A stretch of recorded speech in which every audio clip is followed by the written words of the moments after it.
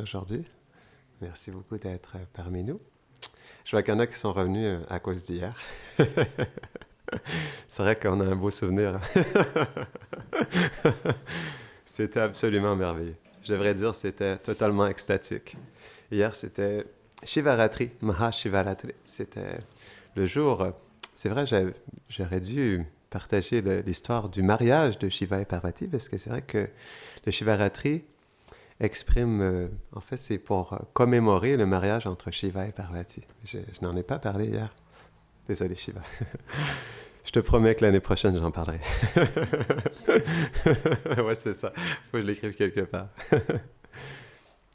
Donc, merci pour ceux qui étaient là hier de revenir aujourd'hui. Et merci pour ceux qui viennent pour la première fois aujourd'hui. Donc, nous allons continuer le voyage. Je vais vous partager un verset de la Bhagavad Gita. Mais avant, je vous invite à joindre vos mains. Nous allons réciter ce mantra. Vous pouvez répéter après moi. Om Namo Bhagavate Vasudevaya.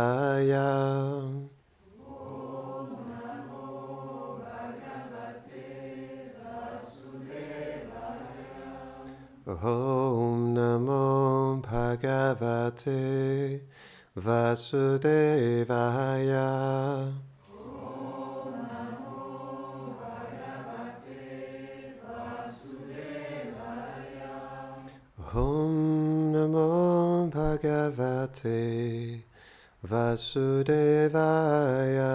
Om Namo Bhagavate Vasudevaya. Quel verset choisir?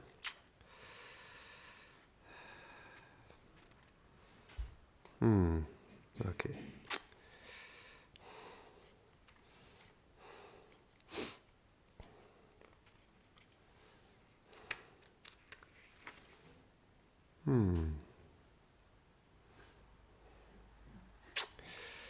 D'accord. Donc, chapitre 18, verset 55. Je vais répéter le sanskrit. Bhaktyamam abhijanati yavan yashchasmi tatvataha tatumam tatvato gyatva vishate tadanantaram. Traduction. C'est seulement par la dévotion qu'une personne peut connaître la vérité de mes gloires et de ma forme. Elle entre alors à travers cette vérité dans mes divertissements éternels, par la puissance de la pure dévotion. Commentaire. Le Seigneur Krishna, son nom, sa forme, ses attributs et ses divertissements se trouvent tous au-delà des trois influences de l'énergie matérielle. Sa nature est donc purement spirituelle et absolue. Ainsi, tant qu'un dévot n'est pas libéré des influences des trois modes, il demeure voilé par eux et ne peut entrer véritablement en contact avec Krishna et sa demeure éternelle. C'est la raison pour laquelle le verset précédent mentionnait le point suivant. Une fois atteint le stade de Brahma Bhuta, c'est-à-dire situé au-delà des influences de l'énergie matérielle, l'âme peut, par la grâce du Seigneur, comprendre celui-ci, s'engager dans son pur service de dévotion, atteindre la réalisation de son lien éternel avec lui et être situé dans le pur amour de Dieu. On ne peut donc réaliser le Seigneur sans s'engager dans son pur service de dévotion. Jai. Om Agyanatimirandasya Gyanam Jadasharakaya Chakshurum Miritam Jena Tasmai Shri Gurave Namaha Shri Chaitanya Manobhishtam Stapitam Jena Bhutade Swayam Rupa Kadamayam Dadati Svapadantikam He Krishna Karuna Sindho Dinabandho Jagatpate Gopisha Gopika Kanta Radha Kanta Namostute Tapta Kanchana Gaurangi Radhe Brindavaneshwari Vrishabhanu Sute Devi Pranamami Haripriye Vanchakalpatarubhyashta Kripa Sindhubhya Evacha Patitanam Pavanebhyo Vaishnavebhyo Namo Namaha Jaya Shri Krishna Chaitanya Prabhu Nityananda Shri Advaita Gadadhara Shivasadi Gaura Bhakta Vrinda Hare Krishna Krishna Krishna Hare Hare Hare Rama Rama Rama Hare Hare Namaham Vishnu Padaya Krishna Prasthaya Bhutale Shrimate Bhaktivedanta Swaminiti Namine Namaste Saraswati Deve Gauravani Pracharine Nirvishesha Shunyavadi Pashtata Deshatarine.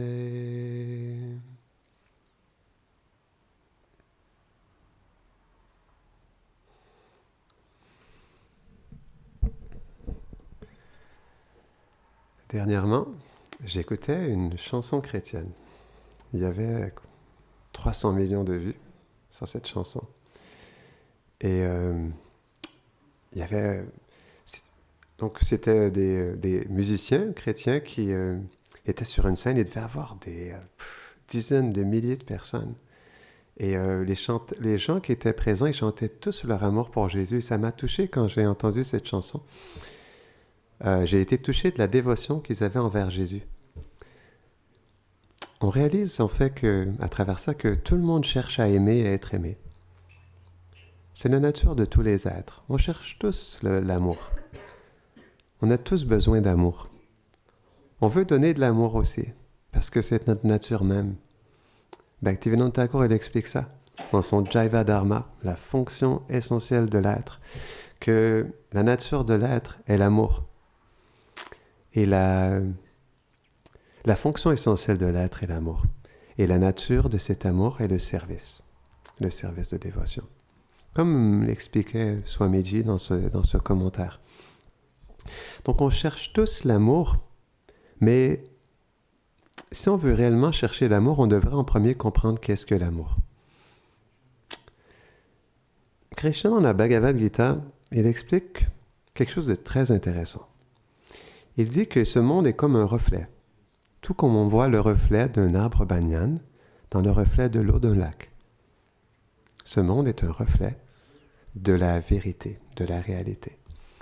Donc, dans la Bhagavad Gita, Krishna, il explique ce principe que tout ce que nous expérimentons dans ce monde est un reflet, tout comme le reflet d'un arbre dans l'eau.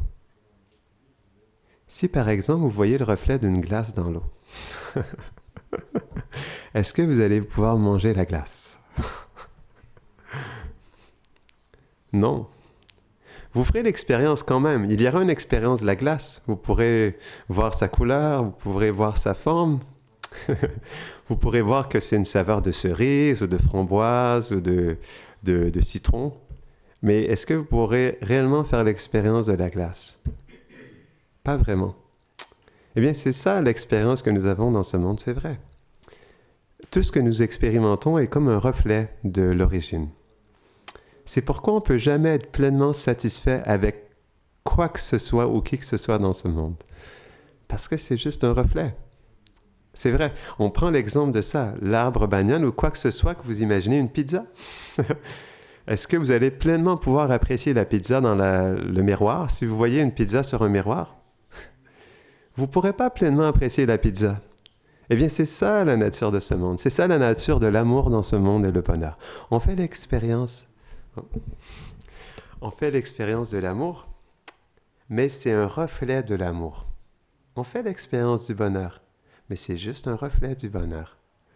On fait une expérience des relations, mais c'est juste un reflet des relations. C'est pas la pleine expérience. comme on disait dans le dimanche passé, ça ne peut pas être la pleine expérience parce qu'on est une âme spirituelle dans une expérience humaine.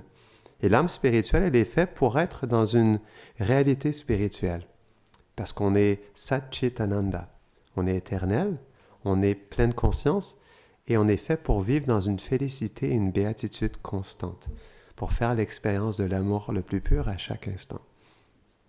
Donc on est fait pour ça, mais on voit que en réalité, dans ce monde, on ne fait pas l'expérience de ça réellement. On en fait l'expérience, pardon, mais juste un reflet. Donc c'est pourquoi si on veut réellement faire l'expérience de l'amour, on doit aller à la source, à l'origine. Parce que ce qui se passe aussi, c'est pas seulement un reflet, mais comme c'est un reflet, par exemple, on va reprendre l'exemple de l'arbre banyan dans l'eau. On voit le reflet, mais comme parfois il y a du vent, il y a des vagues sur l'eau. Et le reflet, il devient distorted, on dit en anglais, comment on dit en français? Déformé, flou. Le reflet, il devient flou et il perd sa substance. Eh bien, c'est ce qui se passe aussi. Donc, c'est expliqué, en plus, c'est un reflet, mais qui est perverti, contaminé, je devrais dire. Contaminé par, comme l'expliquait Swamiji dans son commentaire, par l'énergie matérielle. Donc, ce n'est pas seulement un reflet, mais c'est un reflet qui s'exprime à travers les énergies de ce monde. Ce qu'on appelle les gunas, les 3 modes de l'énergie matérielle, comme les 3 couleurs primaires qui manifestent tout dans ce monde. C'est la passion, la vertu et l'ignorance. Et plus précisément, l'expérience de l'amour, Srila Prabhupada, il explique dans un commentaire que l'amour pur, parce qu'on expliquait que tout ici est un reflet de l'origine, donc l'amour trouve sa source quelque part, ailleurs qu'ici, à l'origine, qu'on appelle Goloka Vrindavan. Ça, c'est une autre histoire. Mais, donc l'expérience qu'on fait de l'amour, il est pas pur et complet, parce que cet amour, lorsqu'il s'exprime dans ce monde, parce que tout est un reflet ici, mais comme c'est un reflet de quelque chose. Et chaque chose qui est reflétée ici, lorsqu'elle descend ici, elle est filtrée à travers ce qu'on appelle les modes de la nature, la passion, l'ignorance et la vertu. Et ça fait en sorte que l'expérience qu'on a de l'amour, comme l'amour, elle passe à travers la passion et l'ignorance, notre expérience de l'amour, elle est teintée de passion et d'ignorance. Elle n'est pas complètement pure. C'est pourquoi on voit que l'amour fait mal. C'est vrai. On a tous vécu des peines d'amour. L'amour, elle peut faire du bien, mais tout comme elle peut faire beaucoup de mal aussi. C'est quand même particulier. Elle peut créer comme elle peut détruire. Au nom de l'amour, il y a eu des guerres, où il y a eu des personnes qui se sont entretuées au nom de l'amour. Est-ce qu'on peut réellement appeler ça l'amour? 2 personnes qui s'entretuent. Donc on voit qu'on fait l'expérience de l'amour, mais comme c'est un reflet qui reflèterait à travers la passion et l'ignorance, l'amour a des complications dans ce monde.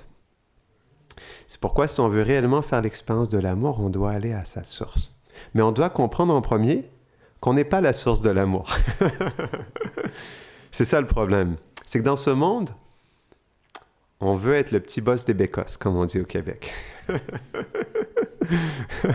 Je vous dirai pas qu'est-ce qu'une bécosse, mais je pense que vous devez comprendre c'est quoi. Donc, dans ce monde, on veut être le patron, quoi. Là, vous allez comprendre. Hein? On veut être le patron.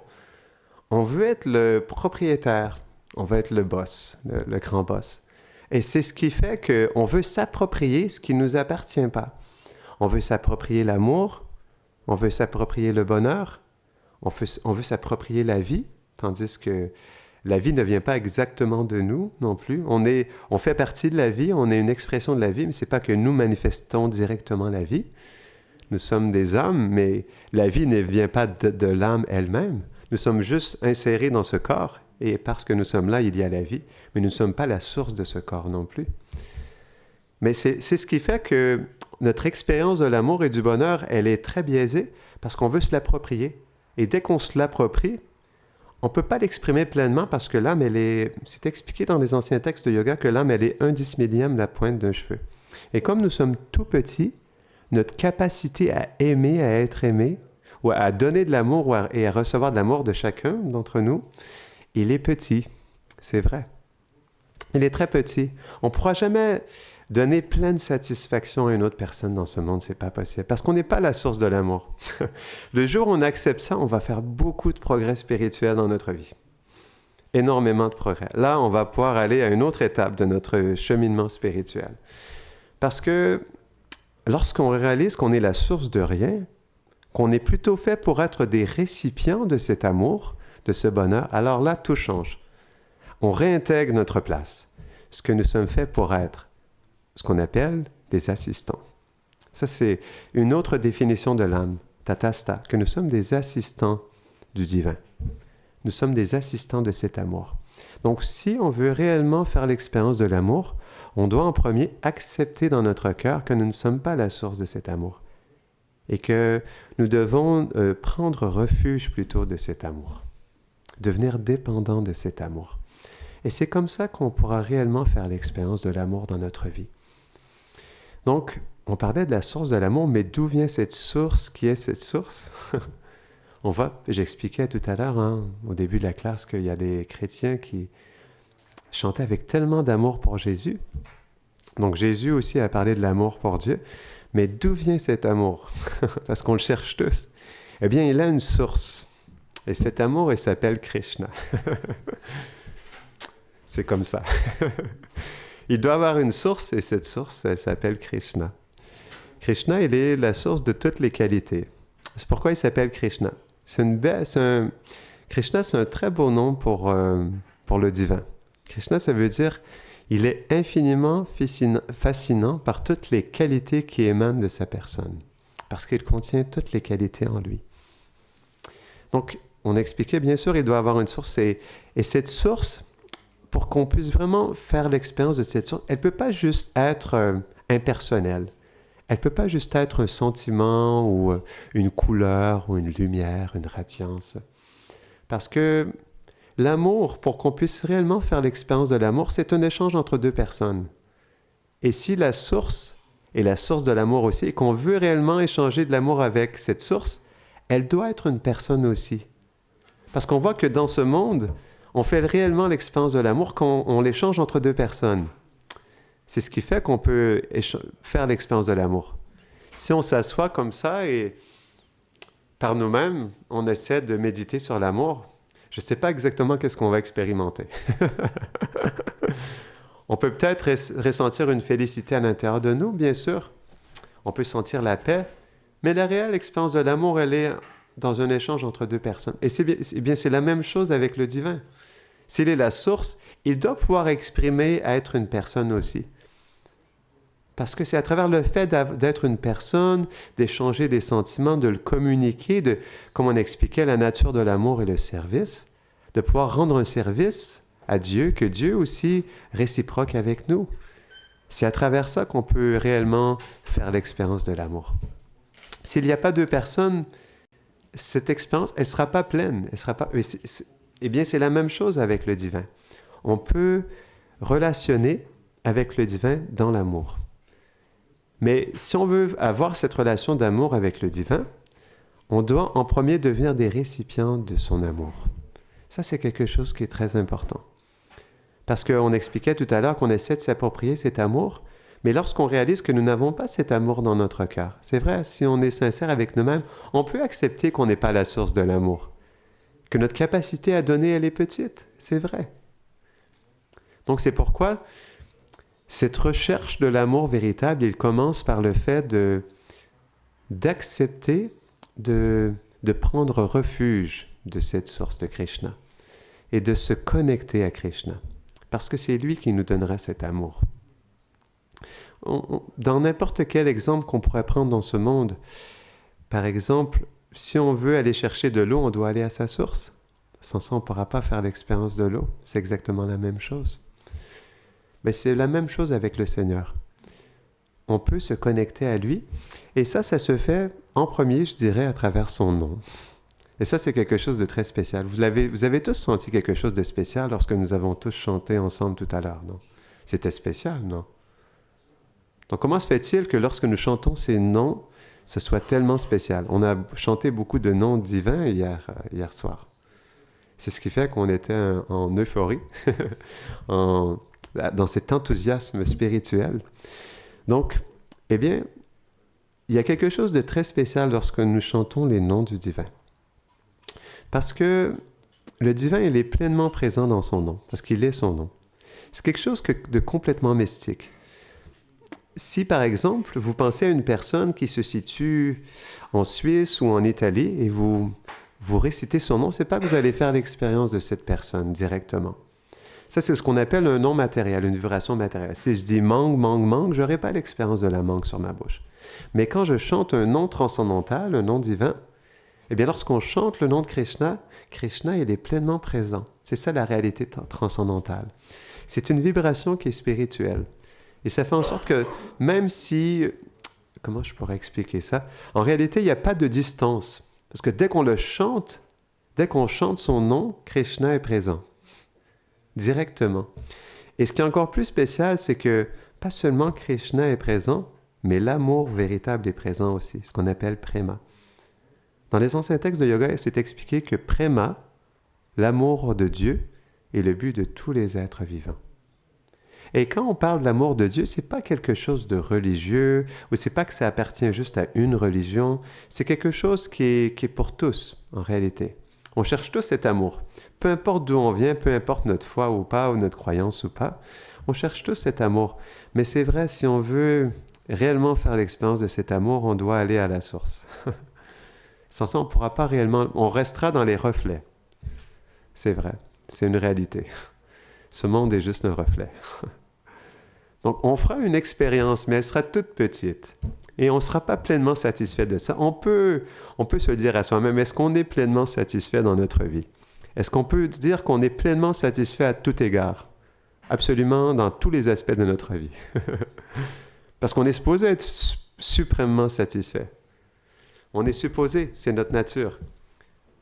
Mais donc, si on n'est pas pleinement satisfait dans tous les égards de notre vie, ça veut dire qu'il y a un problème. Parce qu'on n'est pas fait pour ça. C'est vrai. Parce que même si nous sommes tout petits, j'expliquais ça tout à l'heure, reste que nous sommes faits pour relationner avec l'infini. C'est beau, hein? Pensez-y un instant. Nous sommes faits pour relationner avec l'infini. Même si parce que nous faisons partie de cet infini. Et donc, dans cette connexion avec Krishna, on peut faire l'expérience de l'éternité, de l'infini, du bonheur, de l'amour le plus pur. Parce que Krishna, il est la source, tout simplement. Donc, lorsqu'on va à la source, il y a quelque chose de spécial. Par exemple, si vous allez à la source d'un puits, l'eau, elle est très pure. Vous avez sûrement déjà goûté ça. Vous allez à la source d'un puits et vous prenez l'eau directement à la source. C'est très spécial, hein, de boire de l'eau de puits comme ça. Mais de la même manière, lorsqu'on va à la source de l'amour, c'est quelque chose qui nous dépasse complètement. Et comme on expliquait, ça commence par le fait de prendre refuge. On devient dépendant. Et ce qui est beau dans ça, c'est que même si on est tout petit, on expliquait tout à l'heure que notre capacité à aimer, à être aimé, elle est petite. Lorsque nous nous connectons à cet amour, nous la recevons dans notre cœur. Et après ça, comme cet amour, il est tellement profond, il est tellement merveilleux, on se met à aimer tous les êtres, absolument tous les êtres. C'est pourquoi, vous voyez, les sages, ils ont une compassion débordante pour tous les êtres. Ils aiment tous les êtres vivants parce qu'ils font l'expérience de l'amour, du véritable amour dans leur cœur. Lorsqu'on fait l'expérience de l'amour, on ne peut qu'aimer tous les êtres. On ne peut que pardonner tous les êtres. On ne peut que tolérer, on ne peut que partager, on ne peut que donner. Parce que c'est ça l'amour. C'est pourquoi en réalité, on voit qu'on ne fait pas vraiment l'expérience de l'amour. On n'est pas dans le don de soi constamment, on n'est pas dans le sacrifice, on est plutôt dans le fait de prendre pour soi. Ça, c'est ce qu'on pense être l'amour. Mais Krishna, il explique aussi dans la Bhagavad Gita, j'hésitais à parler de ce verset, il explique que cet amour est plutôt kama, qu'on appelle la concupiscence. Pour nous, l'expérience de l'amour, il est la concupiscence parce qu'il est toujours avec des conditions, avec un calcul, avec qu'est-ce qui va venir pour moi, avec est-ce que ça va être satisfaisant pour moi, qu'est-ce que je vais en retirer, qu'est-ce que je vais en soutirer. C'est vrai, hein? C'est ça l'amour pour nous, dans ce monde. Plein de conditions. C'est vrai. Donc, c'est pas vraiment l'amour, ça. La définition de l'amour, ou d'une vraie relation, c'est expliqué. Rasa. Rasa, ça veut dire relation en sanskrit. Et Rupa Goswami, il explique que rasa, relation, veut dire tout pour l'autre. C'est ça, relation, tout pour l'autre. Mais dans ce monde, c'est tout pour soi. Donc, premièrement, on ne relationne pas vraiment les uns avec les autres. Et deuxièmement, on ne fait pas réellement l'expérience de l'amour. Parce qu'en plus, on le fait à travers un reflet, puis on veut se l'approprier. Donc à cause de ça, c'est doublement reflété en réalité. Donc c'est pourquoi lorsqu'on reçoit cet amour dans notre cœur, on commence à faire l'expérience de l'amour et ensuite on devient satisfait. On n'a plus d'attente que ce soit envers les autres. Parce qu'on est satisfait en soi-même, parce qu'on réalise qu'il n'y a rien d'autre qui peut nous satisfaire plus que ça. Parce que tout ce qu'on désire dans ce monde, tout ce qu'on cherche, tout ce qui nous attire, tout ce à quoi nous sommes attachés, est présent en Krishna. C'est pourquoi lorsque nous nous connectons à lui, nous devenons complètement satisfaits. Et nous n'avons plus aucune attente en ce monde, plus aucun besoin, plus aucune nécessité. Tout ce qu'on veut, c'est se donner à cet amour. C'est ça l'amour. Parce que ça nous prend tellement, c'est tellement débordant et c'est tellement doux qu'on ne peut pouvoir se donner à ça. C'est pourquoi j'appréciais justement dans cette chanson chrétienne qui disait « Je m'abandonne à toi, je m'abandonne. S'il te plaît, viens en moi, entre en moi, je m'abandonne à toi. » C'était très beau, les paroles. Donc, en réalité, on cherche tous ça, mais le seul problème, c'est qu'on le cherche ailleurs qu'à la source. Et on le cherche indépendamment du divin. C'est ça le gros problème. Et parce qu'on se l'approprie, notre expérience qu'on fait de tout ça, elle est très petite. Parce que notre capacité, comme on expliquait, à véhiculer cet amour, elle est très petite. C'est pourquoi on ne peut qu'être frustré soi-même ou être frustré par les autres. Mais quand on reçoit cet amour dans notre cœur, on peut réellement sentir de l'amour pour les autres parce qu'on ne sent pas cet amour déconnecté de notre amour que nous avons pour Dieu et que de l'amour qu'il nous porte. Donc lorsque nous aimons les êtres en connexion avec notre amour pour le divin, alors là, c'est complet. Et là, les êtres peuvent sentir un amour parce que c'est un amour qui est vrai, qui est véritable. Et l'âme, elle peut réellement aimer lorsqu'elle aime toujours en connexion avec son amour du divin. Dans cette relation. C'est pourquoi on a intérêt à se connecter à Dieu, à développer une relation d'amour avec lui, parce que c'est à travers ça, et uniquement à travers ça, qu'on pourra réellement relationner avec les autres aussi. Parce que faut comprendre, comme on expliquait au tout début, qu'on est des âmes spirituelles dans une expérience humaine. Et si nous ne nous connectons pas à la source, à Krishna, dans cette expérience d'amour, dans nos relations, l'amour qu'on portera sera aux choses externes. Par exemple, nous sommes une âme, mais nous ne sommes pas ce corps.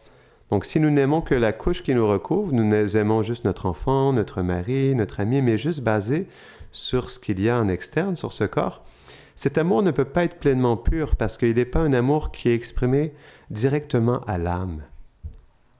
Ça, c'est une autre chose aussi. On est des âmes, on n'est pas ce corps. C'est pourquoi l'amour, il est au-delà même d'être un père avec son épouse, une mère avec son enfant. C'est pourquoi c'est pas qu'on se déconnecte du fait qu'on est une mère avec son enfant, mais lorsqu'on aime Krishna à travers notre enfant, alors là, on peut réellement aimer notre enfant. On ne peut pas aimer quelqu'un sans aimer Krishna. Parce que Krishna, il est la source de l'amour. C'est ce qu'on appelle le yoga. Donc c'est pourquoi c'est à travers le développement d'une relation d'amour avec Krishna que nous pouvons réellement aimer les êtres et relationner avec eux. Et c'est à travers ça qu'ils pourront être réellement aussi, eux, connectés à cet amour. C'est comme ça qu'on peut réellement faire l'expérience de l'amour dans ce monde. Donc on va terminer ici. Grantara Srimad Bhagavad Gita ki Jainatai Gaura Premanande.